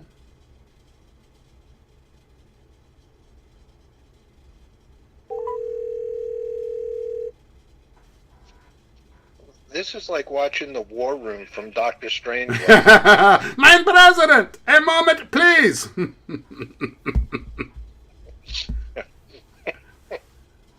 So, the boy, there's some cars I didn't get in here, but the boys are already putting these out, or they're planning to real soon. The 4 30-second scale Tom Daniel funny cars, Mm-hmm. they're now. Okay. The Space Missiles are now. Uh-huh. The Jungle Gym, I think, is next month. The Peacemaker's now. The Log Truck is now. The Mr. Fuzz thing, that's supposedly later in the year. Now, I missed one, or probably more than one, that we talked about earlier. Can you talk about that? Sure. Yeah. There's a lot of confusion about the Cop-Out, which is the Duster funny car that was the monogram kit that originally was the Mongoose Duster. And Revell just showed that at the Nationals that they're going to be reintroducing that. Okay. Now, the way this was explained was that the body was over in China. Okay. And once the molds are over in China, it's very difficult to get them back. So when I inquired about this, I was told that, yes, the body was over there. Atlantis has the body for the CUDA, which would have been the Snake funny car. But the molds with the frame, the engine, the wheels, they're supposedly over in China also. So my question was, well, then how is Revell reintroducing this Duster funny car? Because it's the same basic kit. And I didn't get an answer. So my assumption is that they're probably going to use the frame and the engine and the wheels from another funny car kit, and they'll just adjust how it mounts to the body mounts to the frame. Okay. So the question now remains to be seen, what will Atlantis do with the CUDA body that they have? That they already have done a 25th scale Jungle Gym 70 Camaro. But this one's 1/16. They just released that one. Oh, okay. All right. So if you could probably use that frame and motor and wheels and put the CUDA body on it, then you could bring that kit back. So I don't know what the plan is here, but that's some of the options. Now that B-36 is the old Revell 1 to 184 one, right? Yes. Yeah. Do you think I got a couple of questions? Both people. Any chance of the 1/32 scale Buick and Caddy coming out? Yes. Oh, really? Those are being worked on now. Great. They were supposed to be late this year, and they still may be late this year. New molds had to be made for the windows and the headlights, but a couple of parts needed to be made. But that they were being worked on. Okay. I know are the boys going to put the DC-9 out again, or no talk about that. Okay. Now we're going to have more Cures Classics. Yeah. We're gonna have a Studebaker, the Studebaker Funny Car, which was the old Miss Steel kit. Mm-hmm. That's supposed to be out probably by the fall. Okay. Well, So there's a lot of stuff coming. Yeah, I'm glad to see it. Yeah. No, they're doing a nice job, fleshing out the line in the areas it needs to be done. Well, no more amoebas though. Well, I shall suffer. I can get one put it next to my Unisphere. I was at the Precision Models website just looking what they had for sale. Do you know they still have some of the original run Unispheres that were never able to unload? And they're not expensive. Well, it's funny when you talk about obscure kits, and there's been a lot of them over the years, and you come up with a list of them. The Unisphere one, of course, is one. I have one that's really obscure. It's the Space Needle from the Seattle World's Fair. Huh. Yeah, that's rare, all right. Yeah, and I stumbled across it someplace in a store, and just happened to look at it. I opened it up. I took out the decals and had all the parts. I was like, fine, I'll take it. Huh. Another one that goes into the shelf of never to be built. Yeah. Well, Paul down in New Zealand was sending me some pictures of these animal kits, which are not hard to put together. And I gotta look at my phone to remember who it was who made them. Paul, put in the comment section who it was that made them. But you were supposed to build them, and then you were supposed to cover them with this. They had this metal rod that you went over to give them like a gold to make. It was supposed to look like it was made out of marble or something when it was done. And I'm not quite sure how you were supposed to make that work, but it was one of those things that some company went through a lot of trouble to put these out, and they were shelf warmers at all the stores. Nobody bought them. Aurora built similar kits in the 60s. Yeah, I think that's where they got the idea. Yeah, and Revell had come out in the late 50s with Perry the Squirrel and Frisky the Beagle, and the squirrel was from a Disney, one of those Buena Vista nature films that Disney did. And what it came with little packets of flocking.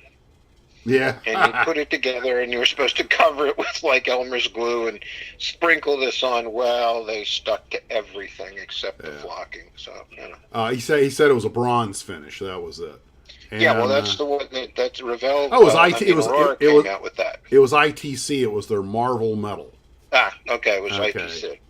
And what you used to do is you had a flexible piece of the metal, and you would put it over, and it came with a stylus, and you would, kind of press it on so you would get the, all the detail of the plastic. You get the fur and the lines. It looked like it had metal fur. Huh. Oh well, I mean, you never, like you said, you've been in this industry a long time. You never know what's going to sell, and you got to be a year ahead, and every year you're betting the company. Well, I mean, look at Lou Glazer. He spent all that. I mean, he was, of all the model kit manufacturers, he was the one who really spent a lot of money on focus groups and consultants and market research. I mean, he really did his homework. And he spent a lot of money doing those Dr. Seuss kits, which were the biggest stiffs that there ever were in the hobby industry. I mean, they just didn't sell. The people just said, what do I want to make this thing for? Yeah. Well, all the research in the world, No, sometimes sometimes you got to read the market and go with your gut. Because, there's a lot of things that people come out with, and when you're wrong, you're really wrong. Somebody just wrote Teletubbies made from tannerite would be a blast. I remember seeing that show one time. I was at a friend's house, and he had little kids. I was like, what on God's green earth is this? He goes, trust me, if you got kids, you'll love this show. Why? Because it's 30 minutes. You don't have to watch them. Yeah, you know what that show always reminded me of? What? Because it had that song when the Teletubbies were doing their little thing. It reminded me of Halloween 3. God, there's your nightmare movie, Teletubbies. Homicidal Teletubbies. Yeah, when the kids would put on the mask helmets and they'd play that music, and then they'd go nutty. I was like, yeah, that's what this is. Yeah, you look at it now, you're like, dude, I'm glad I didn't watch this on acid. Oh, man, no. It's actually, when you look at it from a certain point of view, it would not take much to make that show outright terrifying. I remember I had a guy who worked for me, and he lived, it should go unknown where he lived, but it was a cold weather climate. And so you were constantly having to get your car, washed. So one time I'm working with him, and his car's a mess that it just snowed. And he says, we're going to the car wash. I'm like, okay, we go to this car wash. And it closes behind you, and it's dark in the car wash, and all of these colored lights start flashing. And I said to him, this is like being, at a disco in the 80s. He said, yeah, but it's really cool when you come in here and you're high. It's like, great. Yeah, I think I served with him in the Army. Yeah. All right. Well, I appreciate that, Steve. Not a problem. Talk at you later. Take care. Bye-bye. Bye-bye. You still there? Yep. Ken, back to work. Well, I was trying, but you keep calling other people. Just reminding you you're not the only game in town. All right. The next thing was, and this kind of dovetails with comments earlier. People told me they got too many models. These pictures were all sent to me. Just actually got most of them today. I believe these are from the Pima Museum. But we always wonder, what do we do with all these models we collect? And sometimes you find a shop owner or something you can hang them up in. But you can also check out local museums. They might have a place they can display some of your work. And I assume that these were made by a club. I don't know if one person made them all or not. But he sent me a lot of great pictures. And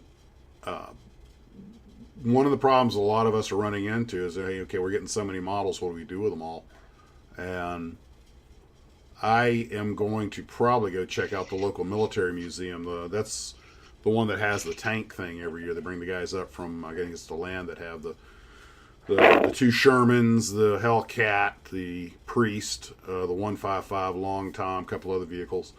And they had some models on display. I need to check with them because you can't just toss them. And if you don't have kids' rooms to hang them up in or something, then it's kind of odd. We put so much blood, sweat, and tears into trying to make these things look as good as we can, give them a place of honor to display them. After a while, you're like, I need the space. That's why I like to fly what I build. It kind of takes care of itself. Oh yeah, Then you run out of room putting all the tails up on the wall. Hey, you never took that one with you. What one? The 262. Ken, I didn't have any place to put it. Okay, all right. Well, I still have it for you. Yeah, it'll go up there eventually. We'll get together one of these points. But hey, it does take care of the problem, doesn't it? Yeah. Well, I'm probably not gonna be a captain that much longer anyway, so that'll we'll be down there. Ooh, that's a nice looking B-52. Isn't it though? just a quick side note. This hadn't happened yet, but I never identify who I fly for because I'm not an official representative of the company. But you guys know I'm a pilot based in Orlando for an airline, and there's been a merger, and my equipment is leaving Orlando, and I'm not. So I'm probably gonna have to go on the bigger airplane. But if I go as a captain, I'll be at the bottom of the heap, and I'm too old for all that midnight flying. So I'm probably gonna go over as a first officer and keep my seniority on the big airplane. You can do that? Oh yeah, I think you have to get a consent from the company, but since it's a displacement bid, it shouldn't be an issue. And Huh. I see the elevator fell off that one airplane. where I missed it. In the previous picture. I love that Devastator and the Catalina. They're doing the neutrality markings, the big yellow wings and everything. Back when we were supposed to be neutral, but Is that a 267? I'm probably not seeing it at the same time you are, but you got to admit that is an impressive collection of models. And I bet, Ken and I, remember that museum we went to at Fort Lauderdale Executive Airport? And they had a bunch of models under glass. They had a whole wall covered with them.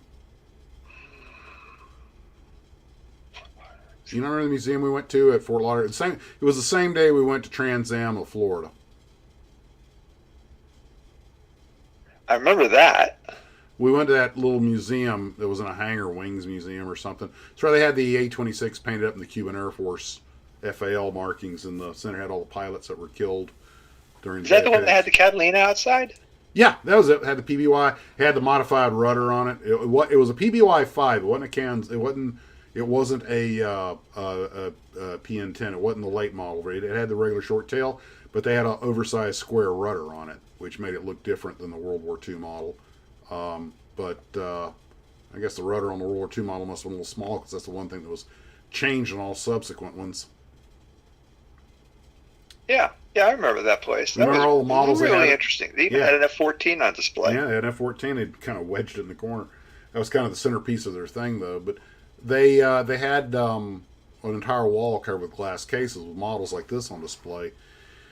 And I was thinking, I got to find a place like that where I can put some of my models because I'm really starting to run out of space. And You just need to get more space. buy a bigger house. There you go. Buy a big. You may have a serious styrene issue when you're buying a bigger house to put your models. Hey, they're your children. Well, there was one sad bit of news that someone sent me. A hobby shop is closing. And the gentleman who owns it is 78, and the gentleman who helps him run it is 72, and they just decided it's their time. This is Corvallis. So anyway, always breaks my heart to see a little piece of Americana die like that, but I thought it was worth a shout out. Where are they at? It says Corvallis. Where's Corvallis? That's New Mexico, I believe. Let's see. We don't have the title of the paper there, but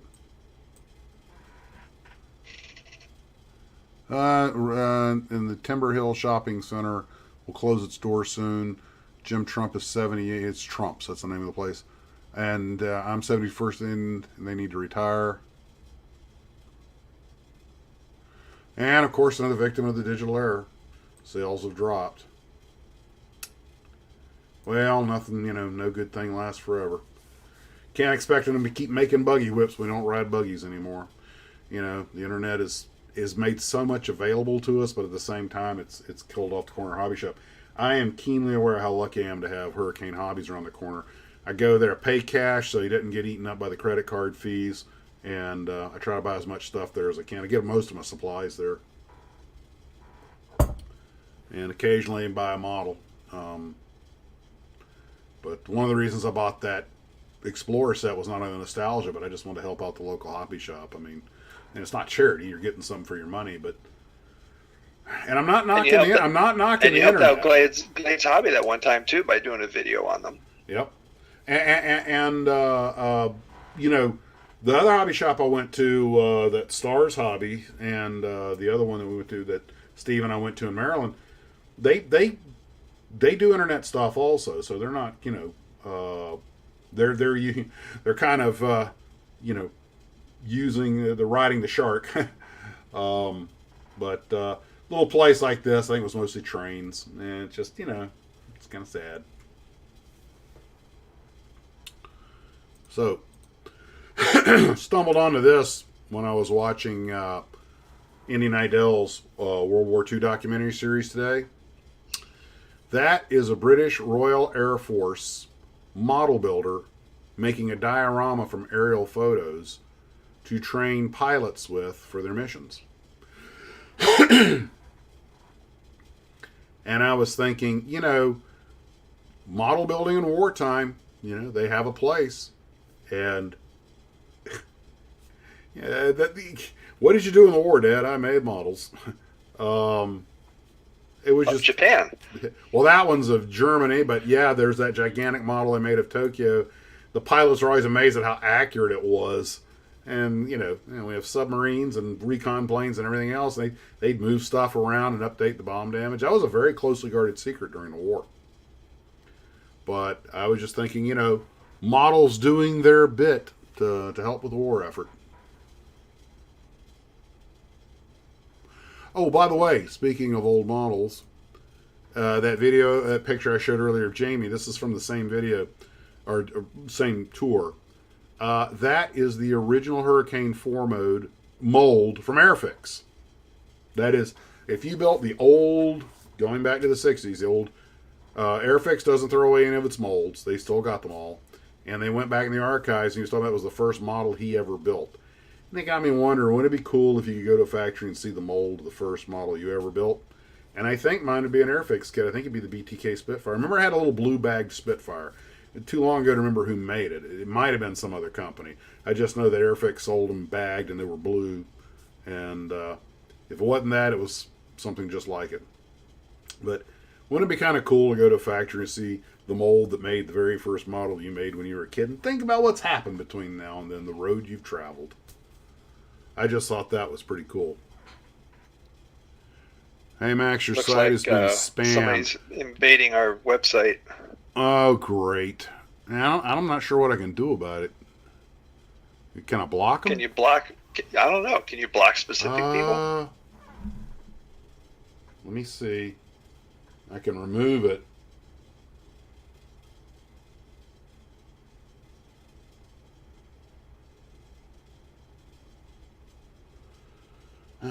This is Love Chat. We're talking about models.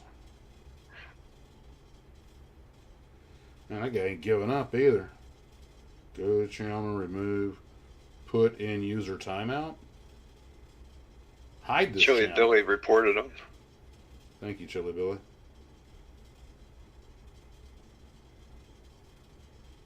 Put in user timeout. Yeah, Thunderstruck said you can block them. Go to channel, report. Oh, report. Pornography, report. Okay.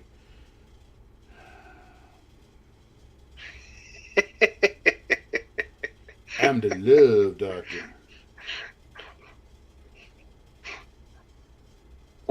William said, porn and model kits? Nah, pass on the porn.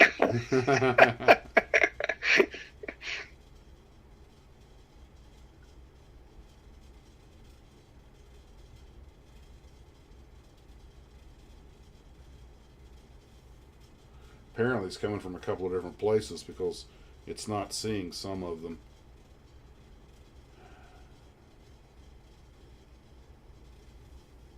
Well, they seem to have gone away. Let's continue on and see if they show up again. All right. Get back down here. Get back to the good stuff. I like Darkwood's response. What? I don't see it. Nuke 'em. What? Nuke 'em. Oh, nuke 'em. Yeah, that's a good idea. If it's nose art, they might intersect. Thanks, Thunderstruck. Well, some of the nose art was a little racy. Well, that is pretty much I had everything I had. So we will now open the floor to whatever anybody wants to talk about. We have about, what do we got here? 27 minutes left. So that mold you got a picture of there, it says Hurricane 4 on it. What is that a model of? Hurricane Mark 4 Hurricane. Can you show the model that it makes? Well, you know what? Hang on. Let me do a real quick credit check. Old Airfix Hurricane MK IV. You know what? Let me make that original Airfix. Original. Bill Campbell says, nuke and send Godzilla to eat up the pieces. I like it, because Godzilla's like bacon. Makes everything better. Okay. All right. This is from ScaleMates. Copy image. I got to give them proper credit. Okay. Paste. Crop. File. Save as. Okay, we'll get back to it in a second. Fast Sports. Airfix. This is, okay, find my cursor. This is what that would have looked like, or would have come out of that mold. You know, Ken, I should have got that image earlier. Didn't even think about it. That's what you got me for. There you go. What took you so long to think of it? Okay, that is I was what would have, distracted by the spam. courtesy of ScaleMates, guys. And that is what would have come. Old mold. That is what would have come out of that mold.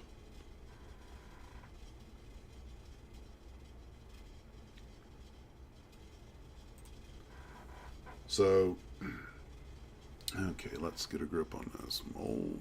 Shrink it down. Whoops, wrong one. Grab the right one. There's the mold that made that model.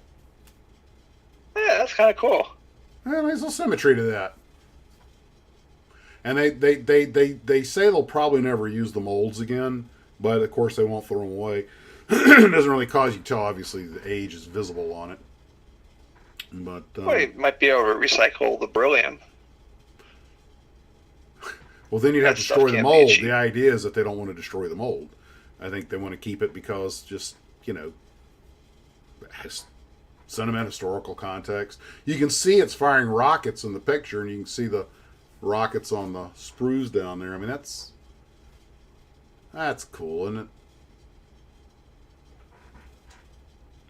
Yeah, good little starter kit. I gotta admit, if I got one of the original ones, though, I doubt I'd build it. You know, I'd just keep it as a keepsake. There are a couple of models I'm hanging on to. Well, like your buddy was saying earlier, he's got a model of the Space Needle. Yep. Space Needle. He's Uh-huh. never going to build that. Yeah, true. Hey, Okay. Something I want to bring back up. Yeah. Fast Sports. He's posted this a couple of times. It's really interesting. It says, here's some hope. Our daughter works for our civics library, and they have Builders Club that promotes model building. How awesome is that? oh, that's cool. That's excellent. Oh, Ken, I'm going to hand you the microphone for a couple of minutes because I drank a Theraflu before we started. You don't have to explain what's going to happen. Yeah, you can figure out the rest. I'll be right back. And just as a courtesy, I'll cut the mic as well as the camera. My mic. No, if I cut the mic, they won't be able to talk to you. Entertain the people, Ken. I'll be right back. I have an idea. Always a dangerous situation. Yeah, go close the door. We don't want to hear any noises. Okay. All right. Good. Door's closed. All right. Now, I don't know how many of y'all know this, but Max's birthday is September 3rd, and I've been waiting for this chance. I would like to do something very special for him, but I'm not sure what. If somebody's got a really cool idea, or maybe he's got some really cool kit out there that maybe we could all chip in and get for him or something, you know, I'm all open for ideas here.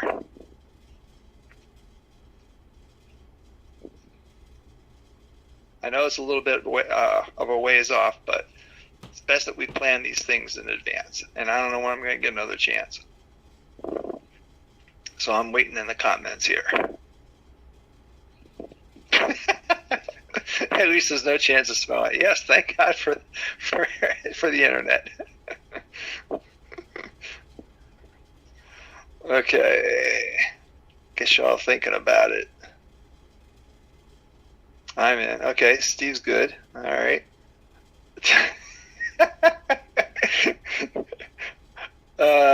Okay. All right. In case somebody wants take this offline later on, my email address is kenmix@bellsouth.net. If you want to coordinate that through email, that would be great with me, because I don't know when I'm going to get a chance to talk to you guys again. An obscure Godzilla kit or a Gundam. The Godzilla kit you'd probably be really interested in. Oh, a Max's model figure. Oh, that would be kind of cool. Yeah, Right, well, he might come back and read it. Yeah, that's a possibility. So, yeah. So, okay, I'll put my email up there.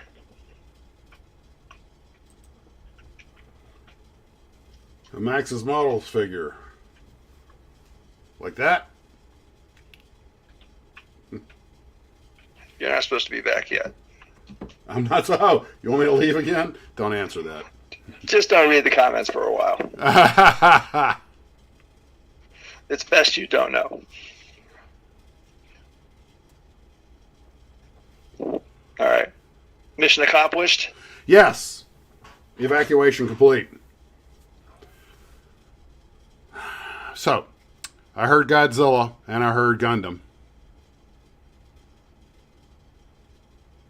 So? I don't know. What were you talking about?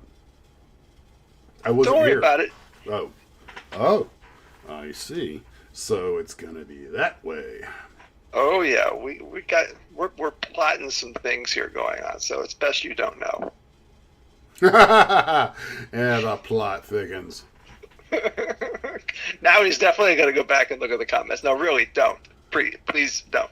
To be honest, Ken, I rarely do, because I just can't keep track. Basically, Okay. I forget.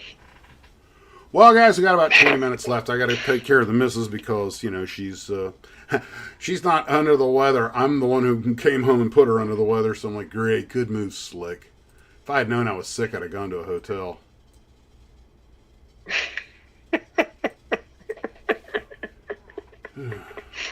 Yeah, there we go. Gundam versus Godzilla. That would be cool. They already did, the Ultraman versus Godzilla thing. What were they doing? Fighting. What do you think Ultraman and Godzilla do? That's what they were created for. Oh, Godzilla pissed somebody off. Well, actually, they put this really bad iguana neck wrap looking thing around Godzilla to try and change the costume.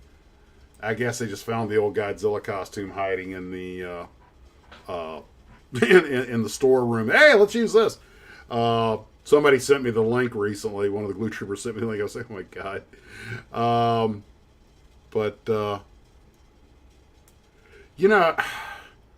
I swear, you know they're already talking about coming out with a second Shin Godzilla now, and they're talking about coming out with I think there's another Kong Godzilla in the works, or another Godzilla movie in the works right now. It's like, the franchise is making money again, but they don't want to have burnout. But they're still, it's odd, most people are just making the old kits, but some of these specialty kits out of Japan are $700-800. I'm like, you're on crack. Somebody's seriously into modeling to spend $700 to $800 on a kit. Yeah. Oh yeah. That was the diorama. I forget what it was like $600 for a diorama. It's super detailed. But I was like, that's just insane. But I think that's more aimed at the Japanese market, where you have people who are they're just so into it, they're willing to pay that for it. But so they can say to their buddies, "Look what I got! I paid $800." I'm not sure it isn't almost exactly that. Let me see because I think we talked about this last week a little bit. Let me see if the last live stream. Somebody's actually got the DVD of that movie. Which one? I've got several DVDs. Godzilla and Ultraman. Oh, Garfield's okay. got it. Garfield's got it. Well, he has the coolest collection. He has the coolest stuff. Let me see. Yep, there it is. What? Let me just. Oh, wait a minute. Hang on. I need to go. Hang on just a second. Plus. Image. Double click. Oh, that's not what I want. Double click. No, that's not it. Okay. Let's try this again. Close that. Plus. Kits up to $5,000? What are they, gold plated? And when people, people want what they want. I'd like to see that kit. Yeah, I wouldn't touch it. All right. No, I picked just a picture of it. I'm curious as to what go for $5,000.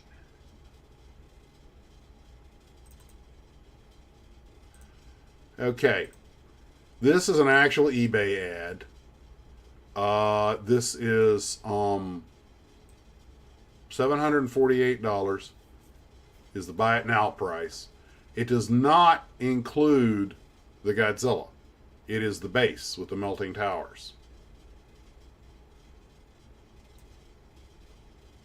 It is the diorama completion kit. Oh! Now, I'm not saying they'll get that for it. The actual Godzilla, which, hold on, I've got that picture also. Let's see. I think he actually might be cheaper. The original there it is. Aurora Godzilla go-kart. They want $2 grand. $5,000. They want $2,000. This is not even something vintage. This is a current made item. I think it's resin or something, hand painted and stuff, but it ain't even that big. It's like 10, 16 inches, 12, 16 inches tall. They want that kind of money for it, and then the completion kit's an extra. So you're out $2,800 plus shipping for the whole with what you see there. I'm a fan, but dude, You're not that much of a fan. think you know. But you know what Monica would say if you spent that kind of money on a model kit? where's the ammo? You'd be sleeping in the guest room for a month. Well, there are folks.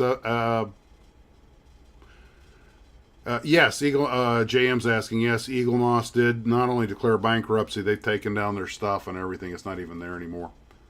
And I did a video about that. I probably should have talked about that in more detail.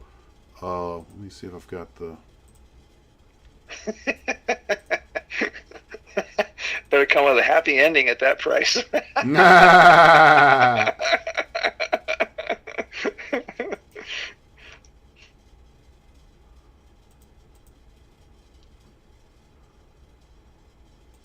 Okay, I thought.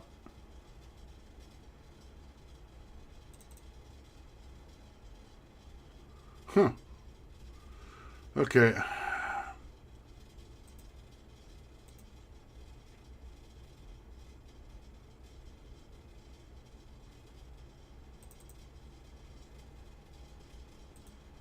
Well, anyway, I thought I had the some of the pictures from the Eagle Moss debacle, but oh well. Okay, am I supposed to be filling in here? well, I'm just looking for the. Oh, here they are. All right. Well, yeah.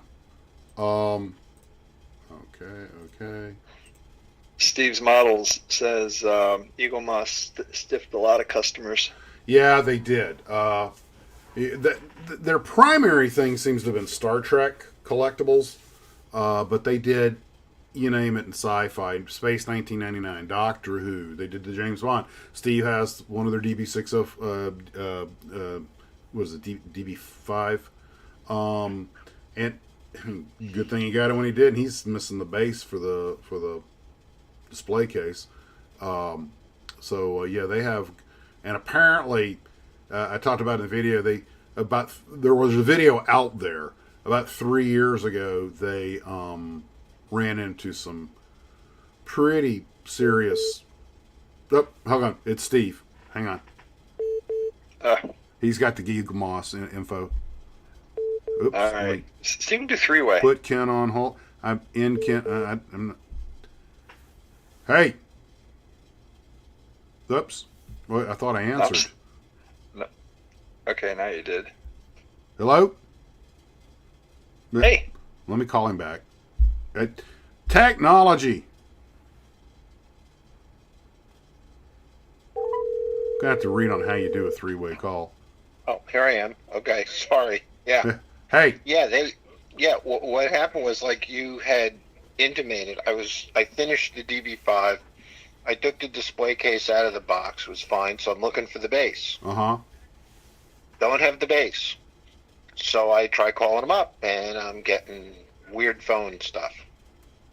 So I try to email them. I get weird stuff. So now I start doing an internet search, and I get all kinds of angry customers who posted stuff because they went paws up. Huh. And there's guys that are into kits for $1,200-$1,500 and can't finish them. Because they're never going to get the rest of the parts to finish the kits. Well, at least you got your car done. Yeah, thank goodness. But they make a lot of, they make the DeLorean from Back to the Future. They make the DB5. They make the Ghostbuster Eagle, Ecto 1. And they were going to come out with the TV Batmobile. And then, like you said, they have all the Doctor Who and the Star Trek and, all the other collectibles. But all the people that are in the subscription services, they're screwed. Oh, that's terrible. Now, they didn't make anything. They had all the stuff made in China by another company, and then they just sort of supplied them. So there's a chance someone could get their hands on the inventory and molds.